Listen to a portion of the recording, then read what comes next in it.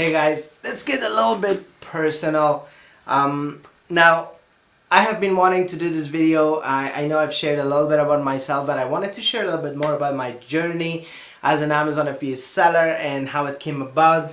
A little bit on that, and also one of the most important things, I guess a common question that I get is it possible to become a seven-figure seller on Amazon? Very fair question. Yes, it is possible. Are there sellers? Yes, there are. Do I know anyone? Only one. Do I know a lot of six-figure sellers? Quite a number of them. I am one of them. Now, the best thing about Amazon is that now, mind you that I've been doing this for a few years, so I've built that structure for myself that I can do the six figures that I do now. My best year was about 570 something thousand in sales, right? So of course, like 50% of this is your profit margin and the rest is your cost and everything. So that was my best year. But is it possible to make it as an Amazon seller and have an amazing lifestyle? Absolutely. Now, from what you guys know, I'm not a flashy guy. I don't like to flash like Lamborghinis or Ferraris or live in a big mansion, because I think that just defeats the purpose. If I'm a six-figure seller, sorry, multiple six-figure seller, right? Why would I go spend on something that's gonna take my entire income out?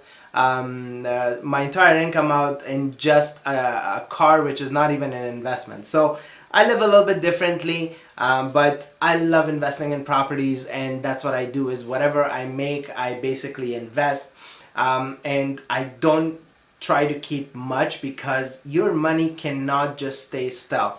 Your money has to move and it has to work for you. That's how you make passive income, guys. Passive income is not about, you know, like just selling on Amazon and your product selling online. Passive income is about investing, right? Investing in something that is gonna grow and generate you income. And I do a lot of that, and I do a lot of marketing. So when I started on Amazon, right, I didn't have somebody to guide me through the ropes, tell me how it's done, and possibly that's why it took me a bit of time to get to where I wanted to be. And that really, I hope there were some mentors that I could use, valuable information that I could have used at that time, not to make the mistakes that I did. Like product research was my biggest problem. I always went for products that were my passion, and that is very wrong, because I know people say always try to do something that you're passionate about, but what happens is that you get blinded. You invest a lot of money because you really want to make that product work, and the reality is that the market is not there for it, right? So you guys got to be very careful with that kind of stuff, and that's what this channel is about. This channel is to give you guys and mentor you guys and tell you guys the ropes and tell you guys the problems that I faced and how you should avoid the problems that the mistakes that I made, and how you should build your business so you don't lose money on it. Because it's so demotivating, guys, when you lose money and the first time you know that it's not gonna work, your product is failing, and you're stuck with like hundreds of units and inventory and costs and everything. It's so demotivating, guys. You just want to pay it off and get out of the business. Don't. I'm telling you guys, stick around, learn from your mistakes, fix it. And if you do things properly from beginning, and that's what I'm trying to tell you guys, is plan ahead, get everything sorted right away, you guys gonna be bound to be successful. Now, maybe because I live in Canada and I'm selling in Canada, I'm selling in the United States as well, but maybe because of that, I never really broke it into the seven-figure market or as a seven-figure seller. But six-figure selling is very common with Amazon FBA. You'll find a lot of these guys that are selling six figures, no problem. Now, it will take you a little bit of time to build that up, so it's not gonna happen overnight, guys. Like, the first thing you're gonna do is, which is the first thing I did, is I wanted to replace my income. Okay, at that time, when I started, I was making about $43,000 a year, and I wanted to replace that. So that was my initial goal. Once I did that, now I had the time and the experience to push it further. So I started, so keep in mind guys, that 43,000 is just my net profit, which means that I actually sold 86,000 that year.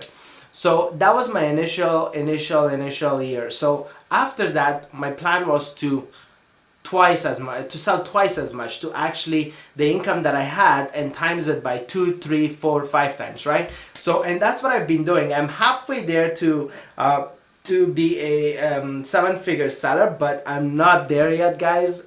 Maybe I'm biased, that's why I'm telling you guys that it is not as easy, right? Because some guys I know that they break into the market like crazy. They have the perfect product, they release it at the perfect time, they have the perfect market for it.